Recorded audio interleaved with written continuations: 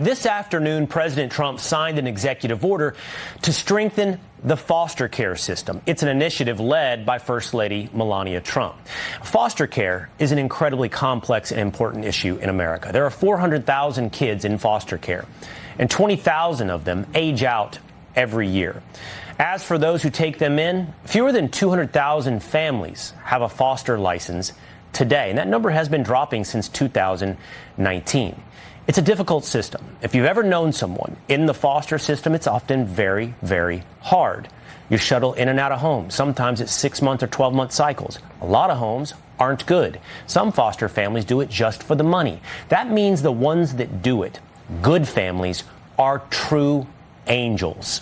Let me illustrate. A Senate investigation last year using a Georgia case study found child services failed to address safety concerns in 84% of cases, and it found hundreds were likely sex trafficked in a 5-year span, and nearly 2,000 went missing. There's some serious allegations and issues within the foster care systems. And like I mentioned, those that choose to become foster families are truly the angels among us in society when they are a good family. So we must do anything we can to hang on to good families who will foster. People like Lydia and Heath Marvin, they were in the room today for the signing. The Marvins have cared for 8 foster kids since 2020, including a baby with complex medical needs. They wanted to keep fostering, but the state of Massachusetts revoked their foster license. They did it in the spring. Why? Because the Marvins refused to sign a gender-affirming policy. They hope Trump's order today that they were in the room for puts pressure on the state to restore their license. Lydia and Heath Marvin and their attorney, Tyson Langoffer, join me now. Lydia, Heath, thank you for being with us here today.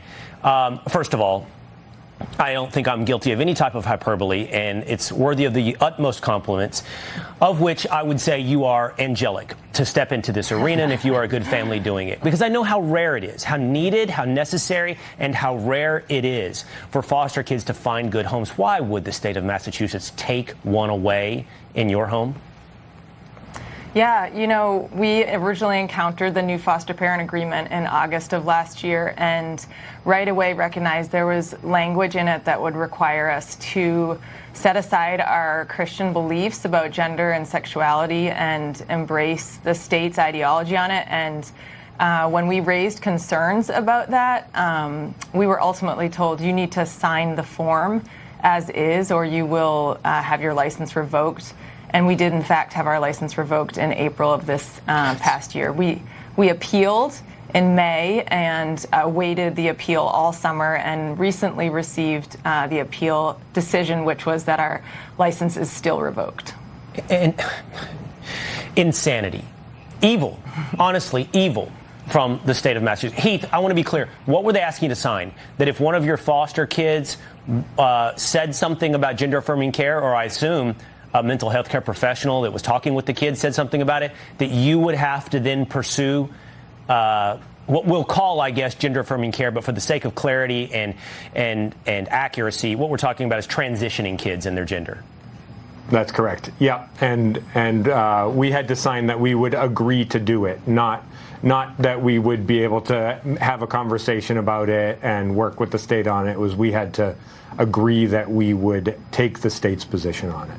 Good Lord. Shame, shame, shame on the state of Massachusetts. Let's speak now to your attorney, Tyson. Tyson, by the way, can we just, as a matter of fact and statistics, I would assume the state of Massachusetts is probably at a deficit for foster families. There's probably greater demand than there is families out there in the state of Massachusetts. 100%. Yeah, this is, you know, every child deserves a loving home, and Massachusetts is in dire need of people like the Marvins to care for these children, and yet they're denying them simply because they hold, Christian, Orthodox Christian beliefs. And this is across the board, and this isn't just Massachusetts. We're seeing this in Vermont. We're seeing it in Washington State. This is a real problem, so we're thankful that the Trump administration is stepping in because every child deserves a loving home. And Tyson, a lot of what we heard about today was about transitioning foster kids in the years kind of after they leave foster care. I think they're technically still under care, but we're talking about 18, 19, 20-year-olds, how they transition into adulthood. But will what was done today by President Trump help someone like the Marvins? Well, it remains to be seen, but I think it's a great first step because basically the Trump administration is going to start looking into whether they should continue giving federal funds to states who are denying, the rights of faith-based individuals who want to participate in the foster care system. And they have the constitutional right to do that. The state cannot deny somebody to participate in a program simply because of their faith. And the bottom line is they're hurting children.